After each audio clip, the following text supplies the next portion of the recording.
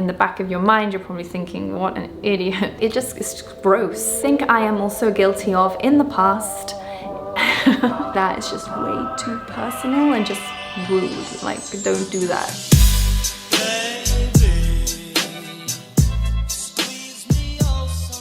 Hello guys, and welcome back to my channel. So in today's video I'm doing something a little bit different. As you really enjoyed my red flags video, I thought I'd talk about dating etiquette and the do's and don'ts when dating. This is going to be for both men and women, as we all can learn. I also asked my Instagram followers to tell me what are their major turnoffs. You guys gave me some great responses, so I'll be reviewing that also in today's video. And let's jump into it. On a date, it can often be quite nerve-wracking. You are apprehensive. Let's be real. Dating at the beginning can be very uncomfortable. There's many times when you feel like, I don't know if I want to do this. I don't know how the date is gonna go. What are we gonna say? And sometimes that ends up with you speaking a lot. Kind of like a nervous oversharing, talking too much, and maybe even interrupting the other person. And this is just a no-go when dating.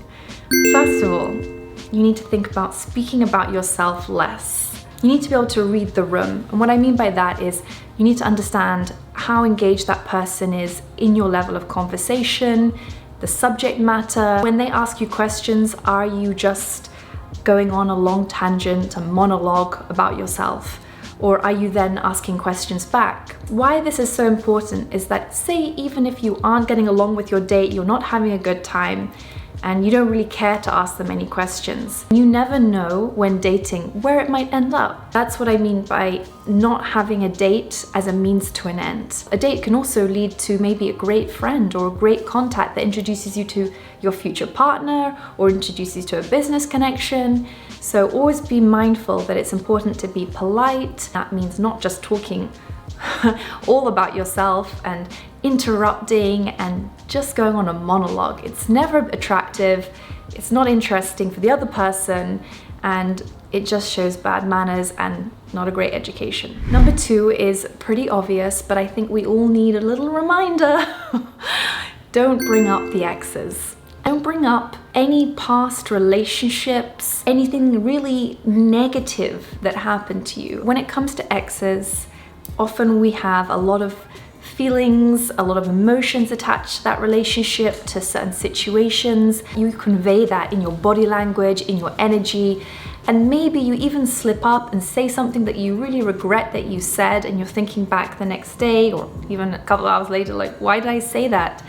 And obviously at the beginning, the first impressions are so important. So if on the first, second date, you're talking ill about someone in your past, you're putting them down, you're talking negatively about that person, it really only reflects bad on yourself. They might even start typecasting you and thinking, oh, she said this about that person. And they're gonna start formulating ideas which maybe not are even the truth. So don't bring up the exes.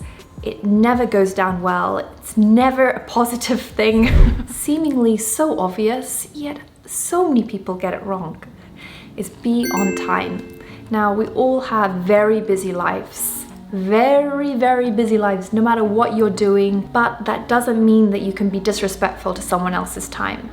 By being late, maybe even repetitively late, you're saying to that person, I don't respect your time as much as I respect my own. And that is just not the tone you want to set from the beginning.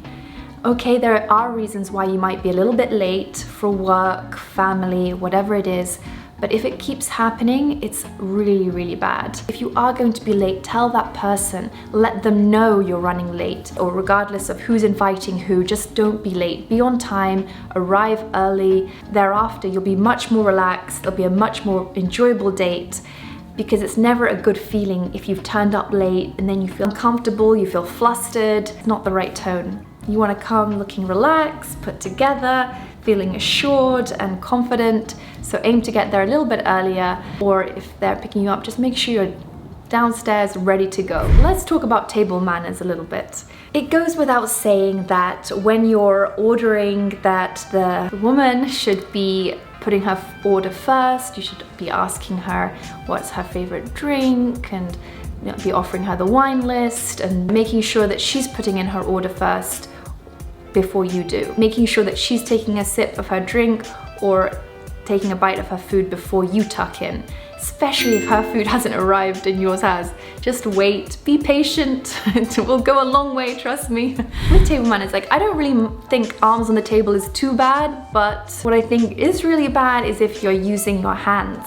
If you're picking up edamame, that's fine. I mean, chips also okay, of course, burgers fine, but if it's like a sharing concept and you're there like just using your, I did see it recently and it wasn't on a date, but it was in a group and it was a female and I was just really confused and a bit perplexed why she felt the need to use her fingers to like get the sauce on the sushi roll and then the peppers, and it's gross. It really is gross. Don't use your hands, especially also if it's like a sharing concept. Use the fork and the spoon to put it on your plate. Don't just go with your fork. It just looks better, come across more refined, more elegant and classy, and that is the look you want. Another thing, which I think I am also guilty of in the past, if you decide that maybe you don't want to do one-on-one at the beginning and you're a little bit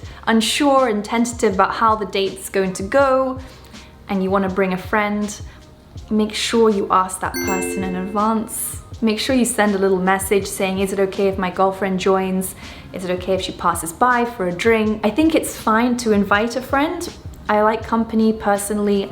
Some people think very differently. They would think, no, a date, it should just be the one-on-one. For the other person, they would feel like it's not as romantic or it's more time consuming and they just want to get straight to the point. But if you really are getting to know someone, I think it's nice to get to know their friends too. And you know, the night is long. If a person comes for like an hour, 2 hours, it's not a big deal really. By bringing a friend, if it makes you feel more comfortable and means that you'll actually go on the date, then it's better to do that than just not go on the date and cancel on the date. So do what you gotta do, but I think it's nice to always let that person know and ask them, is it okay if I bring a friend? Last one, it was kind of like a little bit out of the box, but it was something I picked up recently and I was thinking, that's really good. So when you go to a date, I don't think you should be dressed in head to toe designer with logos like maybe Chanel, CC signs all over. Us women, we love to dress up, we love to put our best foot forward, put the best outfit we have on, jewelry and dress and outfit and bag, but at the same time when it's a lot of logos, not only does it look a little bit too try hard, but at the same time, it really does limit your options. A regular guy is gonna look at that and think, oh, high maintenance. Even very wealthy guys who are more than capable of spending on Chanel might not want to. They might think, it's a waste of money. So coming dressed head to toe Chanel can be limiting and it also looks a little too try hard. So Chanel or any logos, you know, just avoid them. It doesn't set the right tone. Less is more on a first date. Now I'm going to review all the answers that you guys sent in about what the don'ts are when dating and things that turn you off. Something that came up a lot was the last minute dates, no confirmation of time, and no place organized. Don't accept a last minute invite. Anyone that's inviting you last minute to hang out, catch up, it's not really a date. I prefer to know in advance. I need to schedule it. I need to know at least like 24 hours. It really does depend on how busy you are, what your schedule is, but a restaurant needs to be booked, a reservation needs to be made, things need to be organized. I think it's fine if you are happy for a more casual start. If it is a date, it's polite to let them know where it's gonna be, what restaurant, is that okay with them, do they like that cuisine? You know, and tell them a time so they can be ready and organized. Someone wrote, don't date for potential. Date someone with their life and finances together. I do agree with it to an extent. I mean, you don't want to be taking on a project where it's a lot of work and there's too many differences between the two of you. And your value system and your aims, ambitions, and the finances and the life. If it's all out of place, like why would you put yourself through that? Okay, and they might be hot and fun and sexy, but like you need a little bit more than that. So I do agree with that, but if you meet someone who's very ambitious and driven, I mean, why not? Everyone kind of has a different trajectory, so I wouldn't say I would dismiss that straight away if someone hadn't quite made it, but they are definitely going in that direction. No dating apps. If he's cool, he's not on a dating app. I disagree with that. I think that the guy can be cool even if he's on a dating app. Also, a lot of dating apps are not just for dating. Raya, it can also be like a connector for work, for fun, for friends.